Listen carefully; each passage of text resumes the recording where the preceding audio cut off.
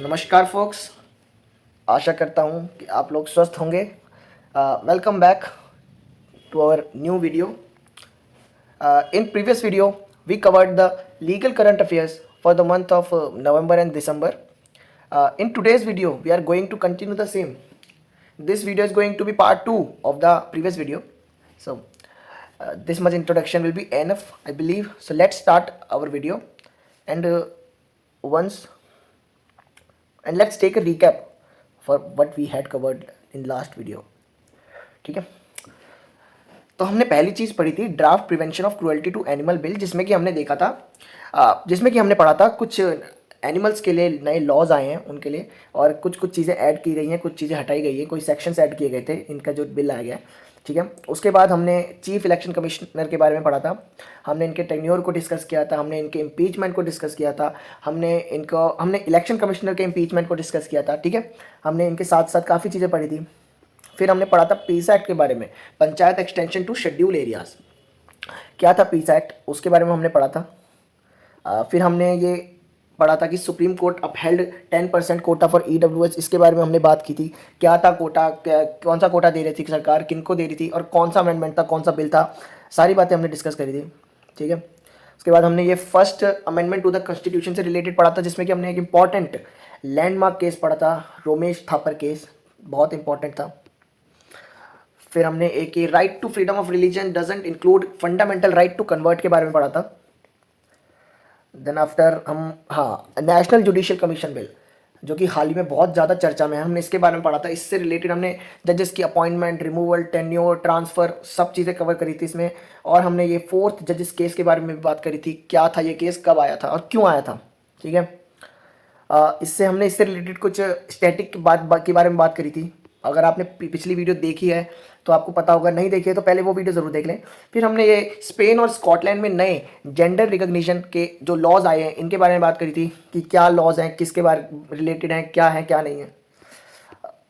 अच्छा, फिर हमने INS अरनाला के बारे में बात करी थी, फर्स्ट एंटी सबमरीन वॉरफेयर। ठीक है, तो बहुत ज़्यादा इंपॉर्टेंट है। फिर हमने ये अर्बन 20 करके इवेंट था, G20 में हुआ था जो कि अहमदाबाद में, इसके बारे में हमने पढ़ा था।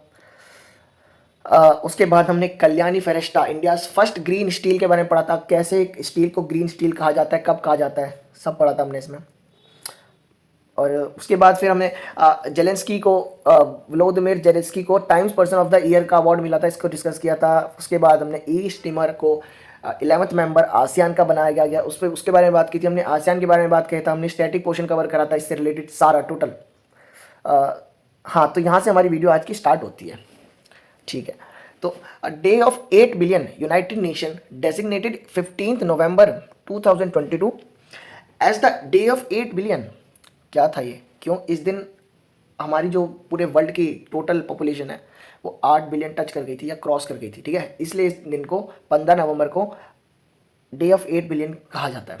ठीक है, so this population milestone was reached in only 11 years after passing the 7th billion milestone. 11 साल में हमने 1 बिलियन का माइलस्टोन क्रॉस कर लिया। 11 साल पहले ही हमारे 7 बिलियन हुए थे। ठीक है, इसके बाद हम देखते हैं क्या है। यूनेस्को मदनजीत सिंह प्राइज़, काफ़ी इंपॉर्टेंट प्राइस है, फ्रैंका माई सोलेम योंग को मिला है। इसे ऐसे ही प्रोनाउंस करेंगे मेरे ख्याल से, फ्रैंका माई सोलेम योंग, इनको मिला है यूनेस्को का मदनजीत सिंह प्राइज़ अवार्ड। ठीक है, अब यूनेस्को के बारे में तो कहने की ज़रूरत है ही नहीं, अच्छे से पता होना चाहिए क्या क्यों ज़रूरी है। पूरे UN और उसके रिलेटेड ऑर्गेनाइजेशन जितने भी है, स्पेशलाइज्ड एजेंसीज, सबके बारे में पता होना चाहिए। तो यूनेस्को की ये तो बताना बेकार है। ठीक है, मदनजीत सिंह प्राइज़ मिलता है, क्यों मिलता है, ये promotion of tolerance and non violence. तो ये एक इंपॉर्टेंट था, किस लिए दिया जाता है मदनजीत सिंह प्राइज़, बड़ा अच्छा सा नाम है। तो हर 2 साल बाद दिया जाता है, इस साल इनको मिला है, ये इनकी फ़ोटो है।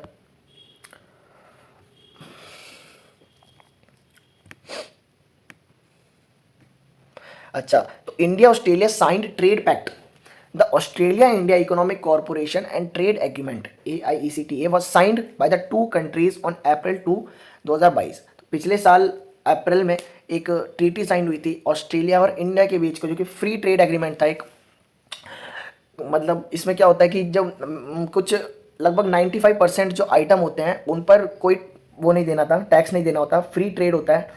तो इसका जो तो जो ये एग्रीमेंट था ये अभी 27 दिसंबर से इन्होंने लागू करा है। तो this free trade agreement is trade between India and Australia by reducing custom duties, regulatory laws, subsidies and quotas on products under import export. ठीक है, तो क्या है ये पहला, ये जो AIECTA है ये एक तरह का पहला ट्रेड एग्रीमेंट है, फ्री ट्रेड एग्रीमेंट पहला है। इसके अलावा ना हमारे जो एग्रीमेंट्स होते हैं इस तरह के ये डेवलपिंग कंट्रीज़ के साथ तो होते रहते हैं, लेकिन ये पहला है जो कि एक डेवलप्ड नेशन के साथ हुआ है। ठीक है, तो इसलिए ये इंपॉर्टेंट है। इससे पहले फ्री ट्रेड एग्रीमेंट एक जापान के साथ हुआ था, ये पहला नहीं है, ये पहले के जैसा ही है, मतलब ये मान लो आप। इससे पहले सिर्फ जापान के साथ हुआ था और उससे वरना डेवलपिंग कंट्रीज़ के साथ तो होता ही रहता है, लेकिन ये डेवलप्ड कंट्रीज़ के साथ दूसरा है मेरे ख्याल से। ठीक है, दूसरा हो गया है। The first trade agreement that India signed with a large developed economy in last decade. Okay, in last decade. So definitely Japan का काफ़ी पहले हुआ होगा, 10 साल पहले। अच्छा, बहुत ज़्यादा इंपॉर्टेंट है, बहुत बहुत ज़्यादा इंपॉर्टेंट है। Goblin mode Oxford 2022 word of the year. Goblin mode को वर्ड ऑफ द ईयर कहा गया है, क्यों? This term is defined as a type of behaviour which is unapologetically self intelligent, lazy, slovenly, greedy, typically in a way that reject social norms and expectations. क्या मतलब हुआ? Reject social norm and expectations, greedy. Basically अगर मैं आपको बताऊं simple भाषा में, तो गॉबलिन मोड अपना काम बनता भाड़ में जाए जनता, ये वाला बिहेवियर होता है। आप किसी से कहो भाई ऐसे मत चल, वो कहता है भाई मैं गॉबलिन मोड पे हूँ। इसका मतलब है कि मैं अपनी मर्जी से चलूँगा, मैं किसी की नहीं सुनता। सिंपल सोशल नॉर्म्स और एक्सपेक्टेशंस को सबको रिजेक्ट करते हुए जो बंदा चलता रहता है अपनी लाइन में, अपने उसमें, वो गॉबलिन मोड होता है, उसे कहते हैं। तो नेक्स्ट है हमारा Forbes list of world's 100 most powerful women के बारे में। तो फोर्ब्स के द्वारा अभी एक लिस्ट निकाली गई है 100 मोस्ट पावरफुल वुमेन। उसमें टॉप में रखा गया है यूरोपियन कमीशन के प्रेसिडेंट को, उर्सुला वॉन देर लेन। उर्सुला वॉन देर लेन का नाम इसलिए इंपॉर्टेंट है, पहली बात तो फोर्ब्स के लिस्ट में नंबर 1 पे आई है, इसलिए इंपॉर्टेंट है ही, लेकिन और ज़्यादा इंपॉर्टेंट इसलिए हो जाता है क्योंकि लास्ट ईयर राइसिना डायलॉग्स के अंदर चीफ गेस्ट थी हैं, इसलिए इस साल भी इनका नाम उतना ही इंपॉर्टेंट है जितना पिछले साल था। ठीक है भाई, तब AIMUNDP youth collab for young entrepreneurs. ठीक है भाई, अटल innovation mission, AIM, NITI Aayog and UNDP United nation, इसके बारे में आप पढ़ेंगे क्या है इसकी full form. India jointly launch the 5th edition of youth collab on December 15, 2022। तो ये क्या है भाई? देखो basically its objective is to launch common agenda for Asia Pacific countries to invest and empower youth to accelerate the progress towards 2030 sustainable development goals. ठीक है भाई, तो कुछ ना डेवलपमेंट गोल्स हैं जो हमारे यूथ के लिए, जो स्पेशली ये जो हमारा इवेंट रखा गया था, ये यूथ कोलैब का इवेंट था, ये इसलिए रखा गया है, लार्जेस्ट यूथ कोलैब है ये अभी तक का, ये इसलिए रखा गया था ताकि यूथ को जो है उनको पता चले कि सस्टेनेबल गोल क्या है, उनको कैसे अचीव किया जा सकता है 2030 तक, 2030 तक कौन कौन से ऐसे सस्टेनेबल गोल्स हैं जिन्हें अचीव करने के लिए लिस्ट में डाला गया है, तो उनको इसके बारे में बताएं, इसलिए ये इवेंट रखा गया है, इसलिए ये इवेंट थोड़ा सा इंपॉर्टेंट बन जाता है। अगला देखते हैं। तो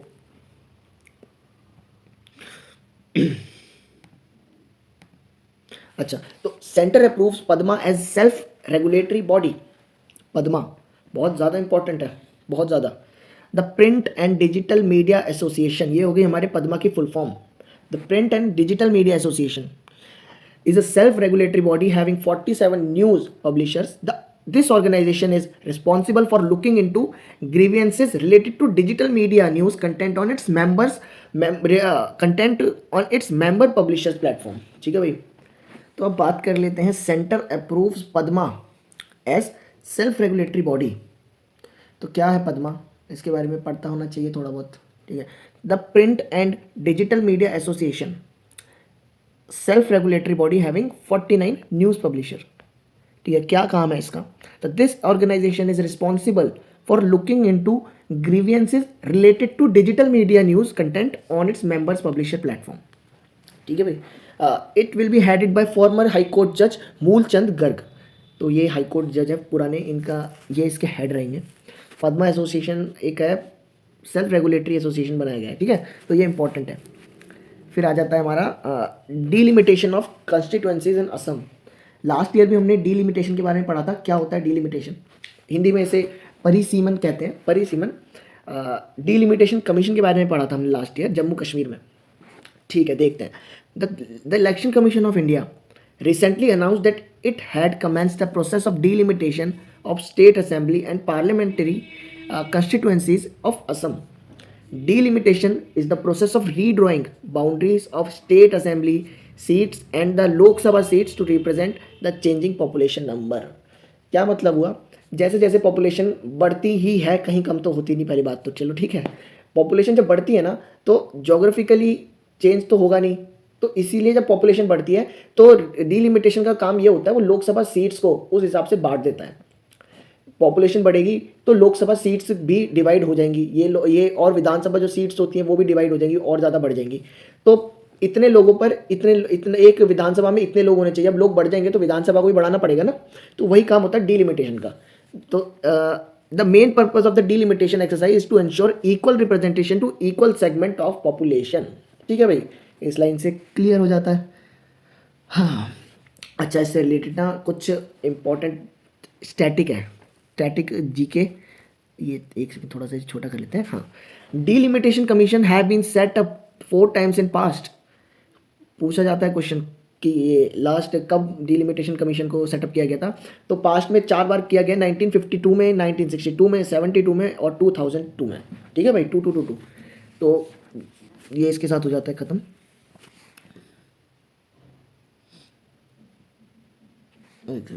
अच्छा, तो ओमिक्रॉन का अभी बहुत ज़्यादा चर्चा में था, न्यूज़ में नया वायरस आ रहा है ओमिक्रॉन का। तो वो जो नया वायरस है, नया वेरिएंट है, उसका नाम क्या है? तो omicron XBB.1.5 is a recombinant strain that is both more immune evasive and better at infecting than other variants. ठीक है भाई, तो ज़्यादा खतरनाक है। मास्क लगाए रखें, सैनिटाइज़र साथ में रखें और 2 गज की दूरी बना के रखें। It is also believed to have a tighter bind to the ACE2 receptor which may explain its high level of transmissibility। छोड़ो यार से, हमें ये पता होना चाहिए मेन कि क्या जो नया स्ट्रेन है इसे क्या कहते हैं। तो XBB.1.5 कहा जाता है इसको। ठीक है भैया, ओके। तो स्टे सेफ ऑनलाइन कैंपेन क्या है? Stay safe online campaign, stay safe online campaign AIIMS to raise awareness about the importance of staying safe in the online world amid the increasing dependence on the internet। आज के समय में हमारे अधिकतर काम, लगभग सभी काम फ़ोन पे हो रहे हैं। इवन डॉक्टर्स कंसल्ट भी आजकल फ़ोन पे हो रहा है। ठीक है, दवाइयाँ फ़ोन पे आ जाती हैं, घर का खाने पीने का सामान फ़ोन पे आ जाता है, कहीं की बुकिंग करनी है तुम्हें बाहर किसी भी चीज़ की, वो भी फ़ोन पे हो जाती है। टोटली डिपेंडेंट हो चुके हैं हम फ़ोन पे। तो उसके लिए ये भी ज़रूरी है कि हमें अवेयरनेस होनी चाहिए, क्योंकि ऑनलाइन फ्रॉड्स भी बहुत ज़्यादा बढ़ रहे हैं। तो उसी से रिलेटेड ये स्टे सेफ ऑनलाइन कैंपेन था इन G20। तो इसको G20 के अंदर इस कैंपेन को बारे में इसे उठाया गया। कौन है G20 की प्रेसिडेंसी किसके पास है? इंडिया के पास। ठीक है भाई, अश्विनी वैष्णव जी। क्या कहता है, seeks to make citizen aware about various cyber risk and ways to address them. वही बात हो गई कि यार बहुत ज़्यादा आज की डेट में जो इंटरनेट फ्रॉड हो रहा है, साइबर रिस्क ये बढ़ता जा रहा है। तो इसके अंदर यही बताया गया है लोगों को कि ध्यान से रहें, देखते रहें। ठीक है, तो व्हाट इज़ G20? नहीं, ये इंपॉर्टेंट नहीं है, छोड़ देते हैं। ठीक है, ये तो पता ही है यार आपको। अच्छा, रोड एक्सीडेंट इन इंडिया 2021 की रिपोर्ट आई है, तो इसमें अच्छी खबर भी है, थोड़ी सी बुरी खबर भी है। 2021 में देर वर 4,12,432 incident of road accidents. These incidents have caused nearly 1.54 lakh death and injured over 3.84 lakh individual. यार एक भी मरता है तो दुख की बात तो है ही, लेकिन थोड़ी सी अच्छी बात यह है कि डिक्लाइन हुए हैं, पहले से डिक्लाइन हुआ है जो ये आंकड़ा रोड एक्सीडेंट का है 8.1% से, और जो नंबर ऑफ इंजरीज हैं वो भी कम हुई हैं 14.8% से। ठीक है भाई, कौन इस रिपोर्ट को पब्लिश करता है? तो union ministry of road transport and highways. Direct question आ जाता है, या तो रोड एक्सीडेंट पूछ लेता है, या रोड एक्सीडेंट की जो रिपोर्ट है कौन पब्लिश करता है पूछ लेगा। ठीक है, कुछ एग्जाम्स होते हैं आपके जिनमें नंबर्स पूछ लेगा, कितने % से डिक्रीज हुआ है, इंक्रीज हुआ है। ठीक है, तो the information and data are collected as per the standards set by the United Nations Economic and Social Commission for Asia and Pacific UNESCAP under the Asia Pacific Road Accident Data Base Project। ठीक है भाई, ये हो गया। उसके बाद है power ministry and DRDO sign MOU for early warning system.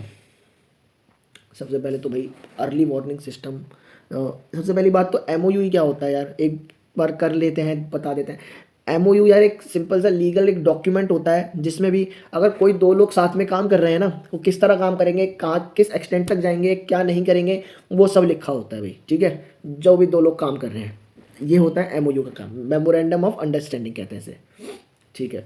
The union ministry of power and defence research and development organisation DRDO have recently signed MOU to set up early warning system for vulnerable hydro project और power station in the hilly regions. तो एक MOU sign हुआ है to setup warning system for vulnerable hydro project यार आपके dams जो भी पानी से रिलेटेड प्रोजेक्ट होते हैं, डैम्स हो गए। वल्नरेबल हाइड्रो प्रोजेक्ट से मतलब है कि जो which can be easily harmed we can say, ठीक है। तो इस तरह के हाइड्रो प्रोजेक्ट हैं, इनके लिए अर्ली सेटअप वार्निंग सिस्टम लगाने की बात की गई है। क्यों इंपॉर्टेंट है, what is early warning system?